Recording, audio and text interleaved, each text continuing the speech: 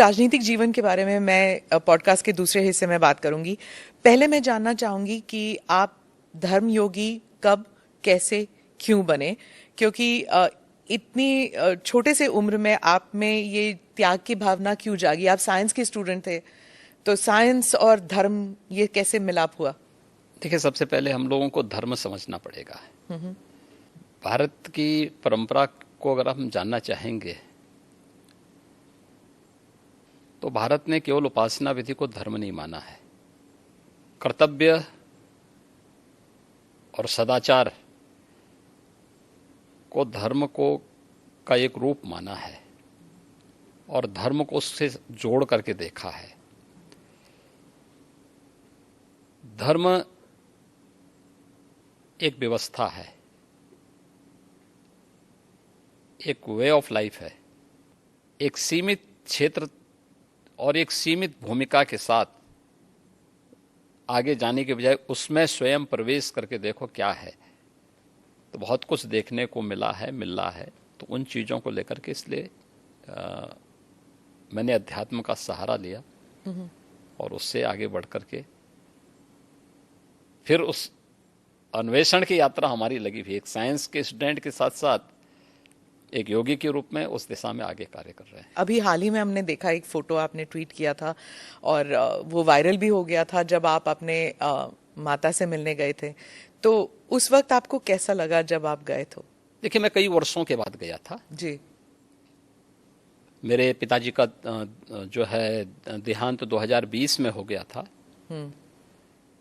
मैं उससे पहले उनसे या उस अपने परिवार के लोगों से कई वर्षों से नहीं मिल पाया था। संजोग से कोरोना कालखंड प्रारंभ हो चुका था, लॉकडाउन प्रारंभ हो चुका था, तो उनके अंतिम संस्कार कार्यक्रम में मैं भाग नहीं ले पाया था। आपके पिताजी के? हाँ।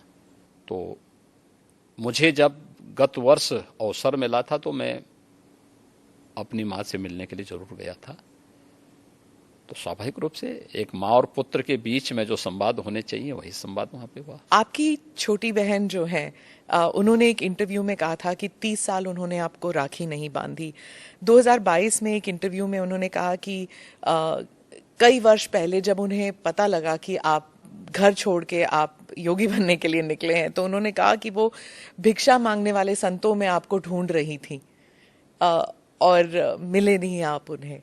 बहुत मुश्किल हुआ होगा ना उन्हें? देखिए, इस सब के जीवन में आता है, लेकिन मुझे लगता है कि इन चीज़ों को हमें जो है केवल अपने स्वयं के स्मरण के लिए रखना चाहिए और स्वाभाविक रूप से सबके जीवन में आता है।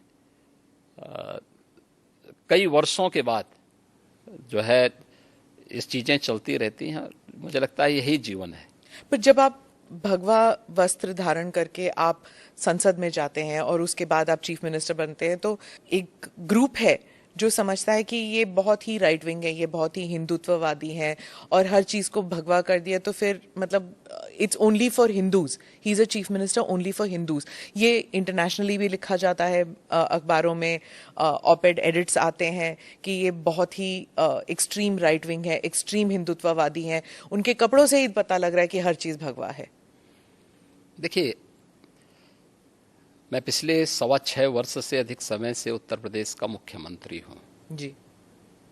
हमारी पार्टी और हमारे नेतृत्व ने मुझे 2017 में, मार्च 2017 में दायित्व दिया था और 2017 से उत्तर प्रदेश में कोई दंगा तो नहीं हुआ।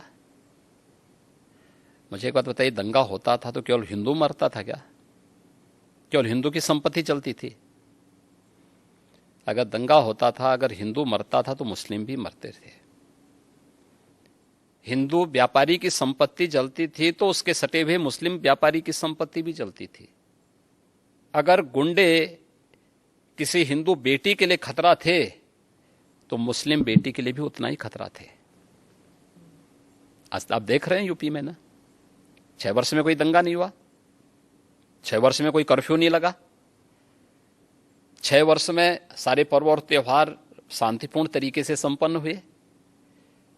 ये बड़ी बड़ी बातें करने वाले लोग देखें तो कैसे चुनाव होने, नगर निकाय का चुनाव और पंचायत चुनाव यूपी का, विधानसभा का चुनाव यूपी का, और वेस्ट बंगाल में भी पंचायत के चुनाव हुए थे, क्या हाल हुए थे। कुछ लोग सत्ता में आकर के जबरन पूरी व्यवस्था को कैद कर देना चाहते हैं। और जो वेस्ट बंगाल में हमको देखने को मिला सबको, कैसे वहां विरोधी कार्यकर्ता दलों के कार्यकर्ताओं को मारा गया, ये चीजें आंखों को खोलने वाली हैं। इस पे तो कोई बोलता नहीं, इस पे कोई टिप्पणी नहीं करता है, सब मौन है। 1990 में कश्मीर में जो कुछ हुआ उस सब पे सब लोग मौन थे। आखिर ये दोहरा दृष्टिकोण क्यों? और इसीलिए पब्लिक विश्वास नहीं करते इन लोगों में। योगी जी के डर से यहाँ पर मेरा कौन डर है? नहीं, आपने एक बार कहा था ना कि एक हाथ में माला है, एक हाथ में भाला है। तो एक आपका एक जो आक्रामक तरीका है टू डील विद माफिया, क्या इसकी वजह से यहाँ पर है? नहीं, देखिए, हम लोग तो सज्जनों के लिए जितने संवेदनशील हैं, दुर्जनों के लिए उतने ही कठोर भी है। बुलडोजर बाबा, ये सब आपके साथ, आपके नाम के साथ जुड़ा हुआ है, और आपका जो एक सिस्टम बना है, बाकी चीफ मिनिस्टर्स भी उसको कॉपी करने लग गए हैं। मुझे एक बात एक जगह आप बुलडोजर बाबा है तो वहां बुलडोजर मामा भी आ गए हैं। मुझे एक बात बताइए, इतने बड़े प्रदेश में इंफ्रास्ट्रक्चर का डेवलपमेंट होना चाहिए कि नहीं होना चाहिए? जी। और क्या इंफ्रास्ट्रक्चर के लिए क्या आज भी हम कुदाल और फावड़ा लेकर के जाएंगे कि हमें उसके लिए बुलडोजर और आधुनिक मशीनें चाहिए? बुलडोजर बाबा उसके लिए नहीं कहा जाता आपको सर, आप भी जानते हैं। अब इंफ्रास्ट्रक्चर के मार्ग में कोई बाधक होगा, यहां पहले होता क्या था? कोई कार्य स्वीकृत होता था, अभी पैसा अलॉट हुआ नहीं कि माफिया जाके जबरदस्ती हड़प करके सामान गिरा देते थे। आप मुझे बताइए, इस माफिया के लिए बुलडोजर चला करके उसको ध्वस्त करके जो अलॉटमेंट सरकार ने तय कर रखा है, इस पे ही हाईवे बनेगा और उसी पे नियम के अनुसार कार्य होगा, ये तय करना इस सरकार का काम है या नहीं है? यही सरकार का कार्य है और सरकार यही कर रही है। पर जैसे अगर किसी ने कानून तोड़ा है, जैसे ये माफिया के लोग हैं, पर उनका घर तोड़ना क्यों जरूरी पड़ गया? नहीं, अगर किसी ने सरकारी संपत्ति पे कब्जा किया है तो उसके लिए क्या करूं? आरती लेके जाऊं, थाली सजाऊं उनकी, जो अब तक होता था। आपने विधानसभा में कहा कि हम माफिया को मिट्टी में मिला देंगे, तो जब ऐसे, वो उमेश पाल मर्डर के केस में हुआ था शायद, तो जब ऐसे होता है तो सोशल मीडिया में फैल जाता है, चलो जी अब गाड़ी उलटने वाली है, योगी जी को बुलाओ। जब अमृतपाल भी भाग गया था तो कहते योगी जी के, अगर योगी जी के राज में होता तो ये तो कभी ना होता, वो तो गाड़ी उलट ही देते। देखिए, कानून का राज हर हाल में होना चाहिए और सुरक्षा की गारंटी हर व्यक्ति को मिलनी चाहिए। सरेआम एक अधिवक्ता की कोई हत्या कर दे, ये स्वीकार्य नहीं हो सकता है। और जो लोग इन माफियाज को संरक्षण करते थे तो उनको विधानसभा में ही संदेश दिया गया था कि माफिया को बहुत संरक्षण दे हो, ये माफिया मिट्टी में मिल जाएंगे, चिंता मत करो। आप रिग्रेट नहीं करते हैं ये आपने जो कहा? नहीं, काहे, किस बात के लिए? कुछ भी गलत नहीं था। इंडिया के बारे में आप क्या कहते हैं? INDIA जो विपक्ष का बना है, इंडिया नहीं बोलना चाहिए।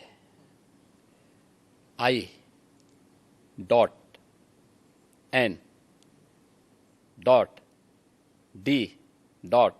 हर एक उसमें डॉट डॉट डॉट लग गया उसका,